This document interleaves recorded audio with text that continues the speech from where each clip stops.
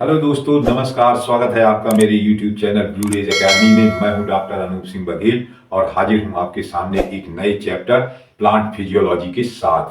आज से हम लोग बच्चों प्लांट फिजियोलॉजी एक नया चैप्टर शुरू कर रहे हैं, है ना। तो पहले अपन थोड़ा सा देखेंगे प्लांट फिजियोलॉजी का इंट्रोडक्शन। क्या है ये प्लांट फिजियोलॉजी? प्लांट फिजियोलॉजी पादप कारकी, इसका नाम है। हिंदी में इसको कहते हैं पादप कार्यकी। पादप कार्यकी, ठीक है। तो प्लांट फिजियोलॉजी का थोड़ा सा पहले अपन देख लें इंट्रोडक्शन, है ना। इंट्रोडक्शन, परिचय एक छोटा सा। प्लांट फिजियोलॉजी है क्या? प्लांट फिजियोलॉजी किसको कहते हैं, है ना। पौधे के अंदर होने वाली विभिन्न प्रकार की जैविक क्रियाओं का अध्ययन। पौधे के अंदर होने वाली विभिन्न प्रकार की जैविक क्रियाओं का अध्ययन क्या कहलाता है? पादप कार्यकी कहलाता है।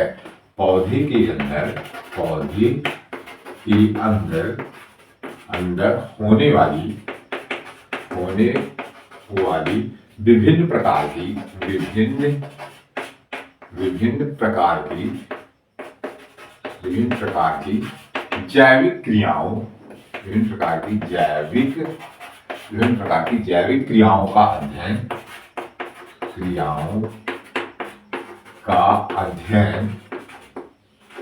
विभिन्न प्रकार की जैविक क्रियाओं का अध्ययन क्या कहलाता है? Plant physiology.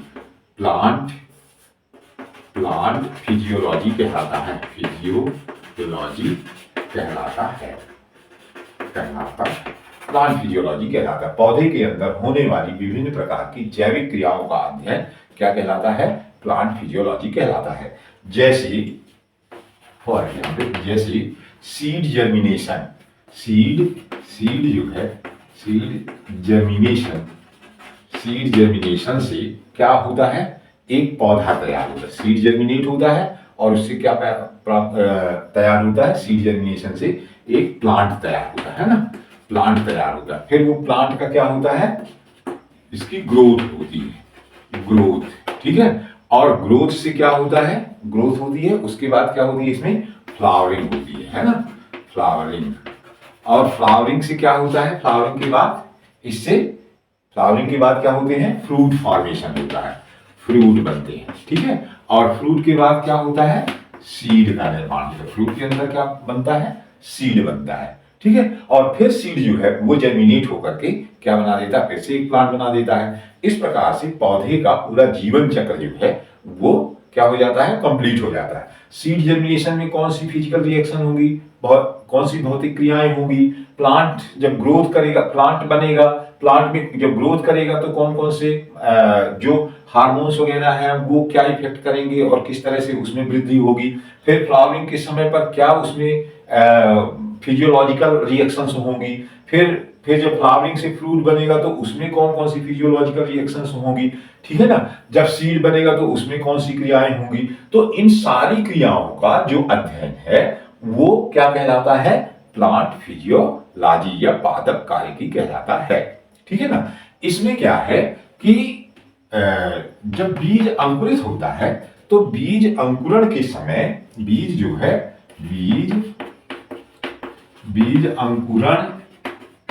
अंकुरण से क्या होता है? जब बीज अंकुरित होता है तो उसमें क्या होती हैं? दो चीजें बनती हैं।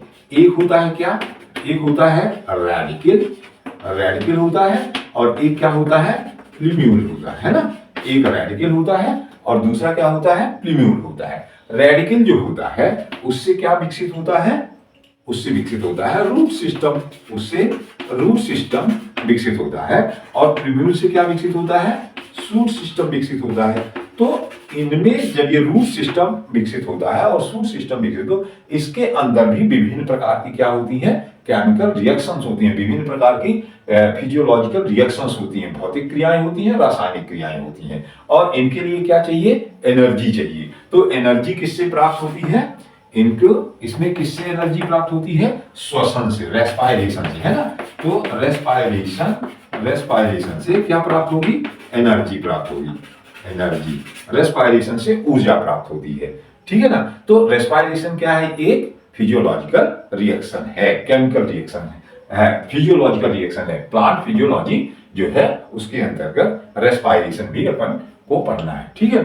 तो ये क्या है, इंट्रोडक्शन है थोड़ा सा, इसमें एक अपन तो ये चीज देख लेते हैं कि जो प्लांट में रिएक्शंस होती हैं वो उन रिएक्शंस को इस प्रकार से, कहीं पे आप देख रहे हैं कि केमिकल रिएक्शंस भी होती हैं और फिजिकल रिएक्शंस भी होती हैं। तो इस तरह से जो प्लांट में होने वाली रिएक्शन है, पौधों में होने वाली रिएक्शंस को दो वर्गों में विभाजित किया गया है, दो वर्गों में विभाजित किया गया है, दो वर्गों में। पौधों में होने वाली जितनी भी क्रियाएं हैं उनको दो वर्गों में विभाजित किया गया है। नंबर एक है, पहला है क्या, केमिकल रिएक्शन, रासायनिक अभिक्रियाएं, है ना, केमिकल रिएक्शन, ठीक है ना, केमिकल रिएक्शन। और नंबर दो है फिजिकल रिएक्शन। नंबर दो क्या है, फिजिकल रिएक्शन, है ना, केमिकल रिएक्शन और फिजिकल रिएक्शन, ठीक है। तो केमिकल रिएक्शन में क्या क्या हो जाएगा कि ऐसी अभिक्रियाएं, केमिकल रिएक्शन में कौन कौन सी रिएक्शन होगी, ऐसी अभिक्रियाएं जिनमें क्रिया के फलस्वरूप कुछ निर्माण होता है, कुछ प्रोडक्ट बनता है ना, जिनमें क्रिया के फलस्वरूप, जिनमें अभिक्रिया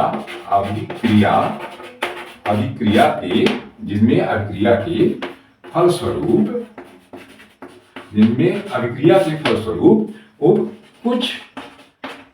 कुछ प्रोडक्ट या उत्पाद, है ना, उत्पाद का निर्माण होता है, ठीक है ना। अभिक्रिया के फलस्वरूप क्या होता है, कुछ उत्पाद का निर्माण होता है। जैसे मान लीजिए कि सिंथेसिस ऑफ क्या है, प्रोटीन है, सिंथेसिस ऑफ क्या है, एंजाइम है, प्रोटीन है, फैट है ना, प्रोटीन है, फैट है। तो इनमें क्या है, कुछ उत्पाद बनता है, ठीक है ना। तो केमिकल रिएक्शंस में क्या है कि सिंथेसिस ऑफ, अच्छा इसके अलावा क्या है, फोटोसिंथेसिस है, रेस्पायरेशन है ना। तो ये जो चीजें हैं ये क्या है, केमिकल रिएक्शंस हैं। फिजिकल रिएक्शन में क्या होगा कि अभिक्रिया के फलस्वरूप, जिनमें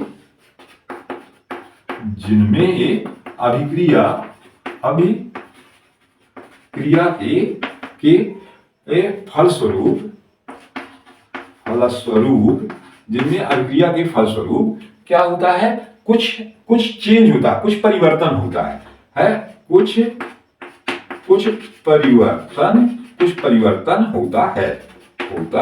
परिवर्तन होता है, अभिक्रिया के फलस्वरूप कुछ परिवर्तन होता है। और इनमें क्या होते हैं, फिजिकल फोर्सेस लगते हैं, भौतिक बल लगते हैं, और इनमें क्या लगते हैं, भौतिक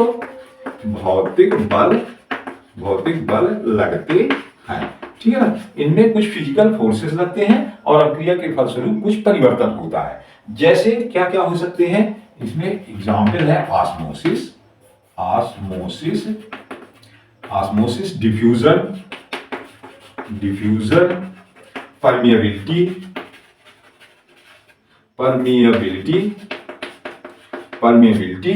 है ना, कोहेशन फोर्स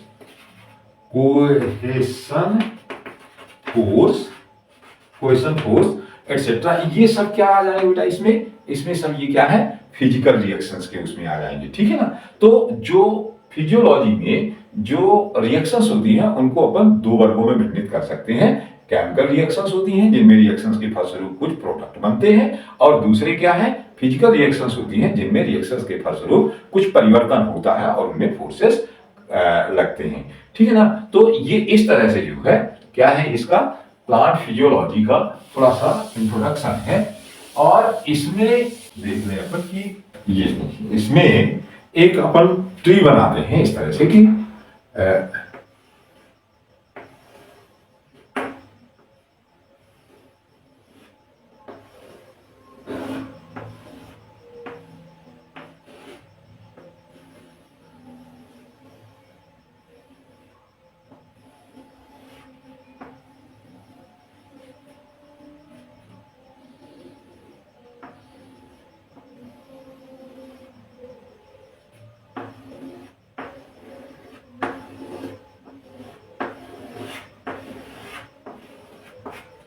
ये जो है ऐसे एक ट्रीज का निर्माण कर लेते हैं और उसमें अपन फिजियोलॉजी की दृष्टि से कुछ क्रियाओं को देखेंगे। ठीक है,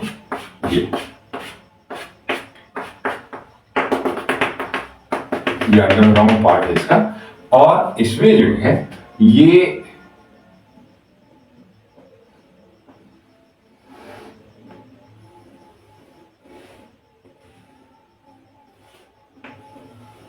काल्पनिक ट्री है, ये कोई वो नहीं है इस तरह का, है ना। ये क्या है, ये काल्पनिक ट्री है, ये लीफ है इसकी।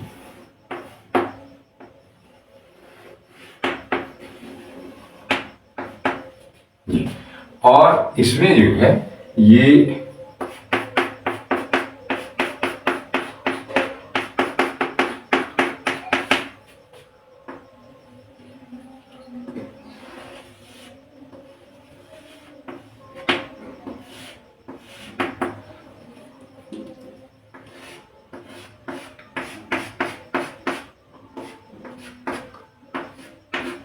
जी, ठीक है। अब इसमें जो है आप थोड़ा सा इसको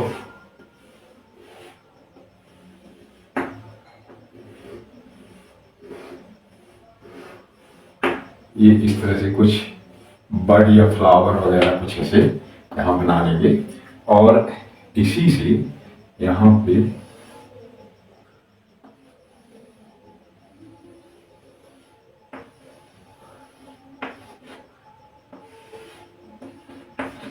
ये सीड है, कोई फ्रूट है, ठीक है। और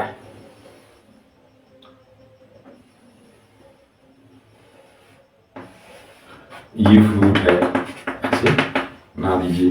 ये कोई वो ऐसा वो नहीं है ना, कोई उस तरह का प्लांट ये नहीं है। इसमें बस क्या है, ये एक काल्पनिक है प्लांट, जिसमें आप थोड़ी फिजियोलॉजिकल एक्टिविटी के लिए कुछ आप दिखाएंगे इसमें, है ना। तो ये बर्ड है ना, ये सूट है, सूट टिप है ये, ठीक है। अब इसमें देखिए ये क्या है, ये रूट सिस्टम है, ये है रूट सिस्टम, ठीक है। ये है रूट सिस्टम, ठीक है। और ये ऊपर वाला शूट सिस्टम है, ये है लीफ है, ये स्टेम है, ठीक है। ये फ्रूट है, ये फ्रूट है, ये सीड है ना, ये सीड है, ये बर्ड है, ये बर्ड है, ठीक है। ये शूट टिप है, शूट टिप है, ये शूट टिप है ना। और ये जो है ये भी, ये क्या है, शूट टिप, शूट टिप है। अब देखिए इसमें क्या होता है कि रूट सिस्टम से क्या होता है, जाइलम के द्वारा रूट सिस्टम से इससे क्या होता है, ये वाटर जो है ये यहां से एब्जॉर्ब होता है, ठीक है ना। ये वाटर जो है वो यहां से एब्जॉर्ब होगा और रूट सिस्टम के द्वारा एब्जॉर्ब होगा। ये जाइलम के द्वारा क्या होगा, ऊपर की ओर डिफरेंट पार्ट ऑफ प्लांट में जाइलम टिश्यू के द्वारा ये क्या हो जाएगा, विभिन्न पार्ट में पौधे के ये जाएगा, ठीक है। ऐसे ये जो है ये फिजियोलॉजिकल एक्टिविटी दर्शाने के लिए है, ठीक है। ये कोई वो नहीं है कि ये फलाना वृक्ष है, कोई ऐसा वृक्ष नहीं है ये, ठीक है। तो ये ऐसे क्या हो जाएगा, पौधे के मतलब यहां क्या होगा, रूट सिस्टम के द्वारा क्या होगा, water absorbed by root system, ठीक है। इसको आगे और बढ़ा दीजिए, and transport transported by the xylem tissue, है ना, xylem tissue, water absorbed by the root system and transported by the xylem tissue, है ना, xylem टिश्यू के द्वारा ये क्या होगा, ट्रांसपोर्ट होगा प्लांट के डिफरेंट पार्ट में, ठीक है। इसी प्रकार से क्या होगा कि यहाँ ये है लीफ, तो लीफ में क्या लगेगी, पड़ेगी लाइट, है ना, लाइट, और लाइट के द्वारा क्या होगा, फोटोसिंथेसिस होगी। लाइट में क्या होगी, फोटोसिंथेसिस के लिए लाइट पड़ेगी, यहाँ फोटोसिंथेसिस होगी, और क्या होगा, फूड जो है बनेगा पत्तियों में, और फूड पत्तियों से क्या होगा कि ये तमाम डिफरेंट पार्ट ऑफ प्लांट से बन करके पत्तियों से, और क्या होगा, ये फ्लोएम टिश्यू के द्वारा कहाँ होगा, नीचे की ओर ये ट्रांसलोकेट होगा। तो ये क्या है कि सिंथेसिस ऑफ या formation of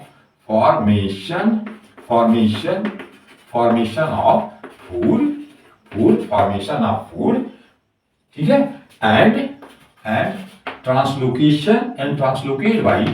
translocate by the phloem tissue, है ना, phloem tissue, transformation of food translocate by the, कहां पे, टिश्यू, फ्लोएम टिश्यू। भोजन जो प्लांट में बनता है, जो पौधे में भोजन बनता है ग्रीन पार्ट में, चाहे वो ग्रीन लीफ हो, चाहे वो ग्रीन सूट हो, है ना, तो उनमें जो भोजन बनता है वो फ्लोएम टिश्यू के द्वारा ऊपर से कहां आता है, नीचे की ओर आता है, और वो कहां जाता है, फ्रूट्स में जाता है, सीड्स में जाता है, ठीक है ना। तो फ्रूट में क्या हो गया, यहाँ पे फ्रूट में स्टोर्ड फूड, कहां पे फूड स्टोर होता है, फ्रूट में। इसी तरह से सीड में भी, है ना, तो यहाँ क्या स्टोर होता है, प्रोटीन है, आयल है, जो है वो प्रोटीन कार्बोहाइड्रेट आयल्स एक्सेट्रा, है ना, oils etcetera, protein carbohydrate oil वगैरह जो है ये सब सीड में ठीक है, फूड जो है वो फ्रूट में, ये सारी चीजें जो है यहाँ आकर के क्या होता है, स्टोर हो जाता है, ठीक है ना। तो इस तरह से क्या है कि यहाँ पे जो सूट टिप है ये protein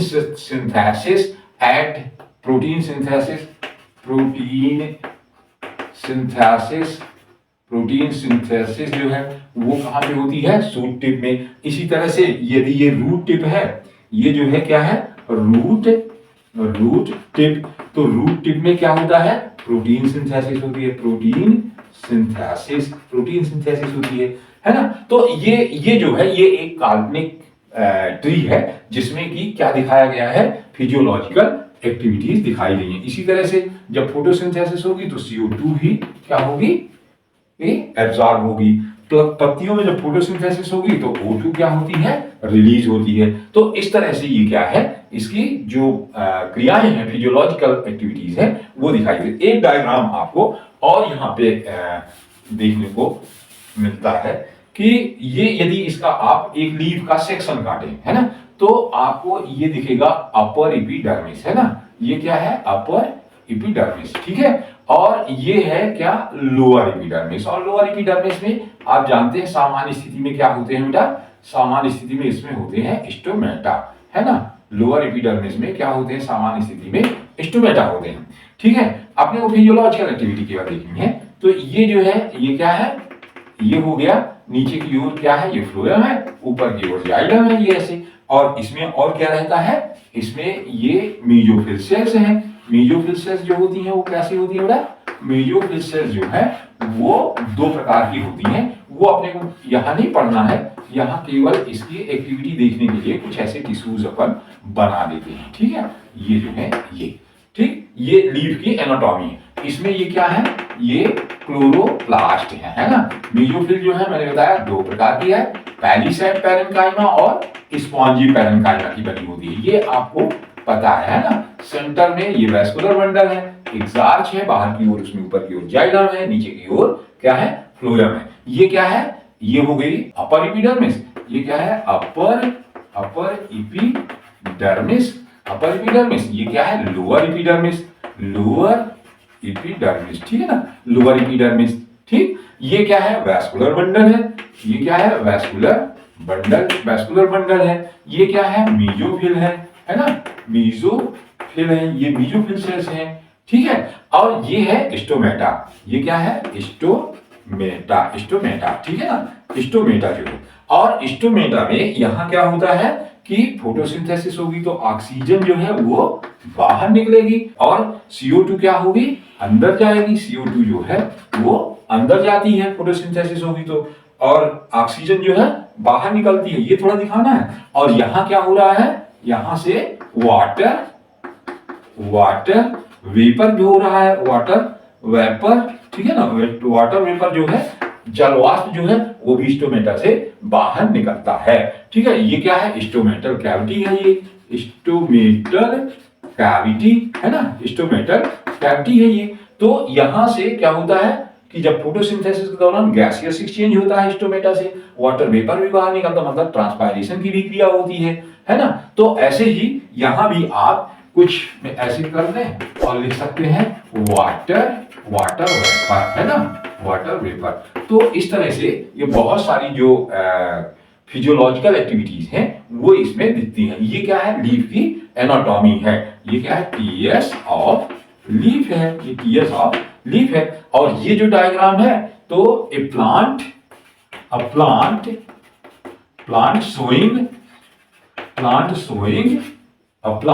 showing different physiological reactions, different physiological reactions, है ना, different physiological reactions, है ना, a plant showing different physiological reactions। तो इस तरह से क्या है कि ये क्या है, इंट्रोडक्शन ऑफ प्लांट फिजियोलॉजी, ठीक है ना, प्लांट फिजियोलॉजी का इंट्रोडक्शन। तो अपने को इस तरह से देखना है। अब इसमें क्या होगा कि इसके बाद अपन थोड़ा सा देख लें फिजियोलॉजी के ऑब्जेक्टिव्स, कि फिजियोलॉजी हम लोग पढ़ते क्यों हैं, है ना, क्या क्यों पढ़े, फिजियोलॉजी पढ़ने के क्या उद्देश्य हैं, है ना। तो थोड़ा सा फिजियोलॉजी के ऑब्जेक्टिव्स अपन देख लें।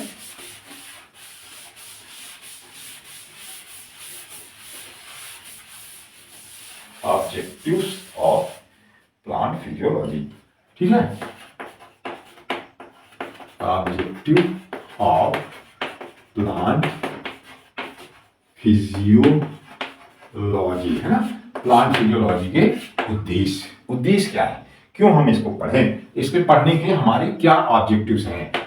निम्न कई हो सकते हैं कि पौधों में कौन कौन सी क्रियाएं होती हैं। पहला क्या है, पौधों में कौन कौन सी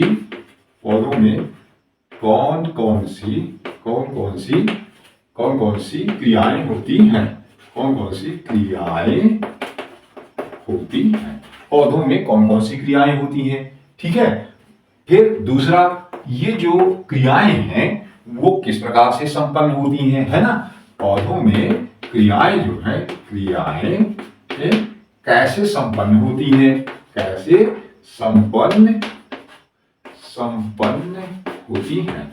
संपन्न होती हैं, पौधों में जो क्रियाएं हैं वो कैसे संपन्न, कौन कौन सी क्रियाएं होती हैं, ये कैसे संपन्न होती हैं। एक और कि इन क्रियाओं का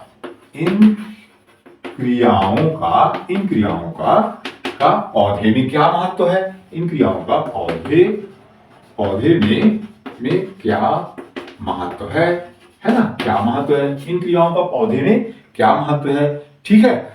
पौधे में ग्रोथ एंड डेवलपमेंट में हार्मोन का क्या रोल है ना, ये भी अपन पढ़ते हैं। तो पौधे में ग्रोथ एंड डेवलपमेंट का डेवलपमेंट पर हार्मोन्स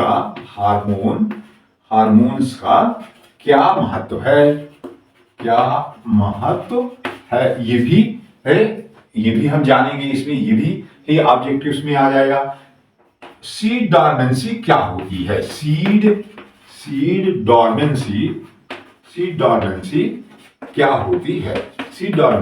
होती है, ये भी अपने को जानना है। डॉर्मेंसी किस प्रकार से दूर की जा सकती है, सीड डॉर्मेंसी जो है, सॉरी, ये सीड डॉर्मेंसी जो है, सीड डॉर्मेंसी, डॉर्मेंसी को किस प्रकार दूर किया जा सकता है, किस प्रकार से दूर किया जा सकता है, किस प्रकार से दूर किया जा सकता है, सीड डॉर्मेंसी को किस प्रकार से दूर किया जा सकता है। तो ये बहुत सारे इसके ऑब्जेक्टिव हो सकते हैं, बहुत से उद्देश्य हो सकते हैं जिनको कि हमको जानना है ना, फिजियोलॉजी के अंतर्गत। ठीक है, इसलिए इन सब चीजों को जानने के लिए हम फिजियोलॉजी को पढ़ेंगे। ठीक है ना। नेक्स्ट एक हेडिंग अपन ले लेते हैं, relation to other branches. Next heading अपन ले लें, रिलेशन टू अदर ब्रांचेस। ठीक है, रिलेशन टू अदर ब्रांचेस, है ना, other branches, relation to other branch, दूसरे ब्रांचेस से, वनस्पति शास्त्र की दूसरी ब्रांचेस से, या साइंस की, विज्ञान की दूसरी शाखाओं से, दूसरी ब्रांचेस से प्लांट फिजियोलॉजी का क्या रिलेशन है ना। पादप कार्यकी जो है पादप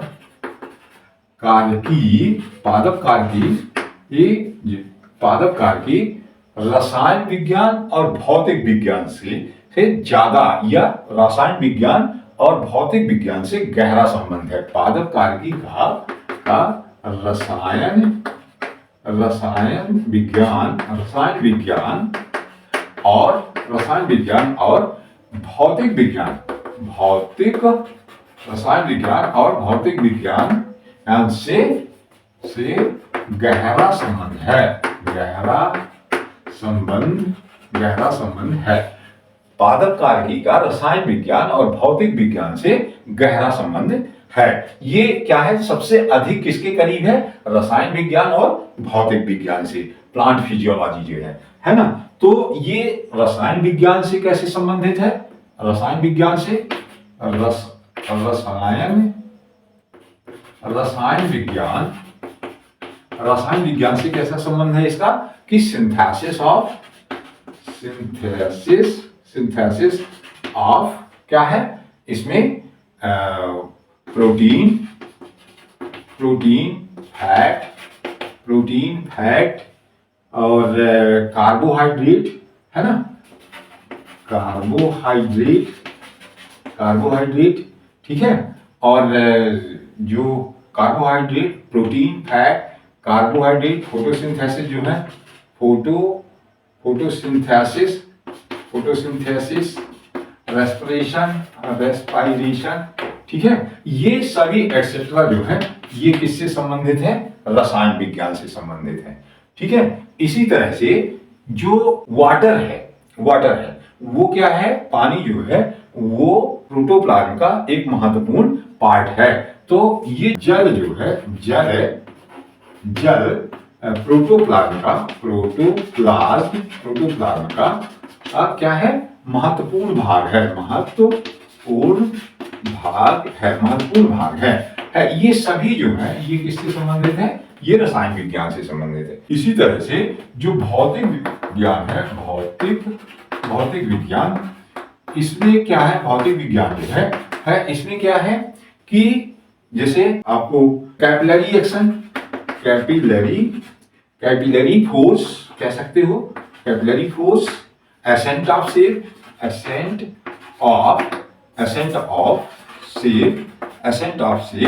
है ना, capillary action, ascent of shape, और आप इसमें जो ट्रांसपायरेशन है,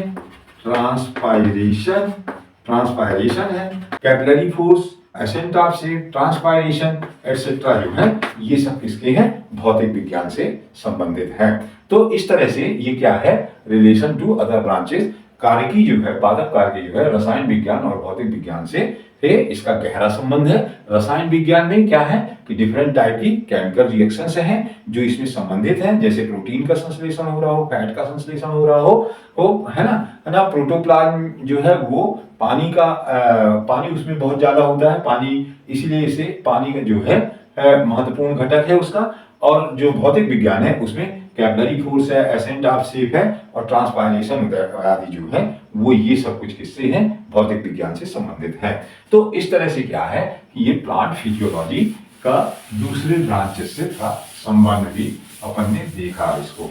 इसके बाद इसमें थोड़ा सा प्लांट फिजियोलॉजी के इंपॉर्टेंस भी अपन देख लें। प्लांट फिजियोलॉजी के महत्व क्या है? इंपॉर्टेंस ऑफ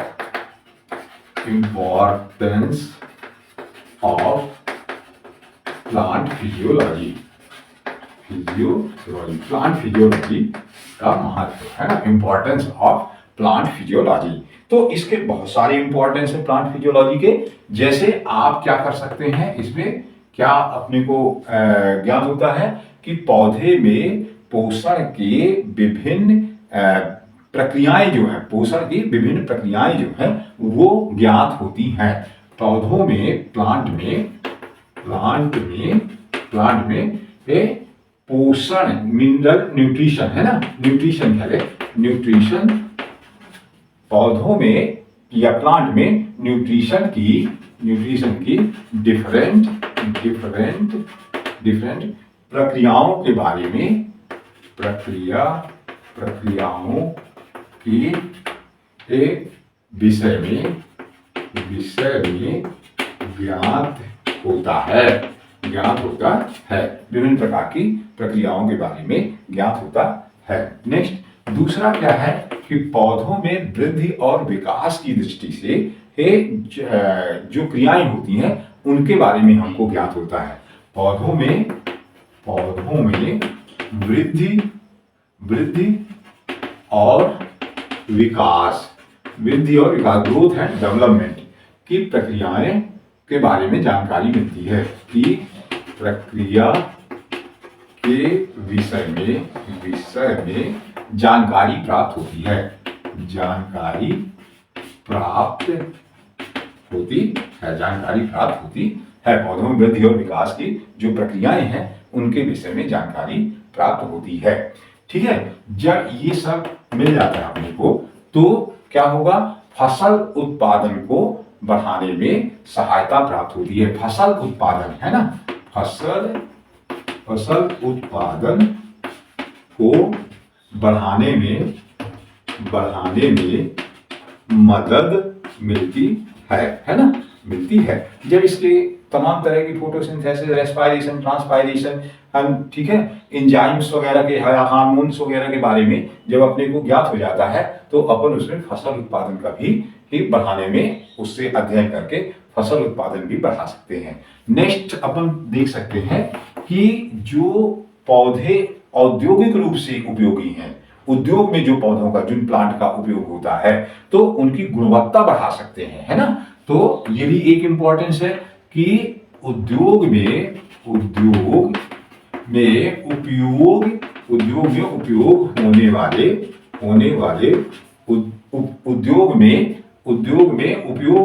वाले पौधों की गुणवत्ता बढ़ा सकते हैं, कि गुणवत्ता बढ़ा सकते हैं। ठीक है।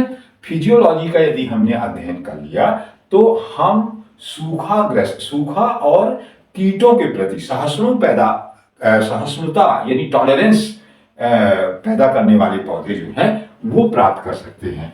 तो एक ये भी इंपॉर्टेंस है कि क्या सूखा और कीट है ना, कीट के प्रति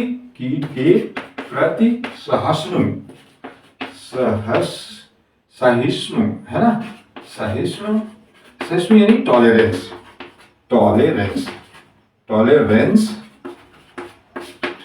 वाले पौधे प्राप्त कर सकते हैं। पौधे प्राप्त कर सकते हैं।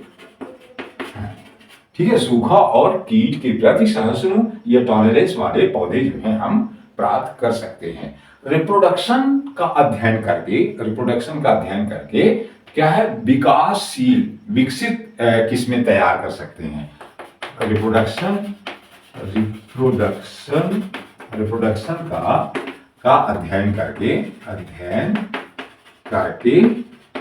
का अध्ययन करके उन्नत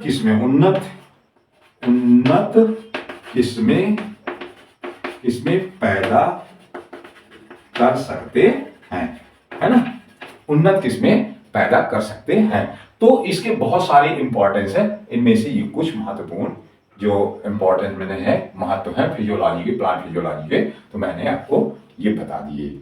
ठीक है।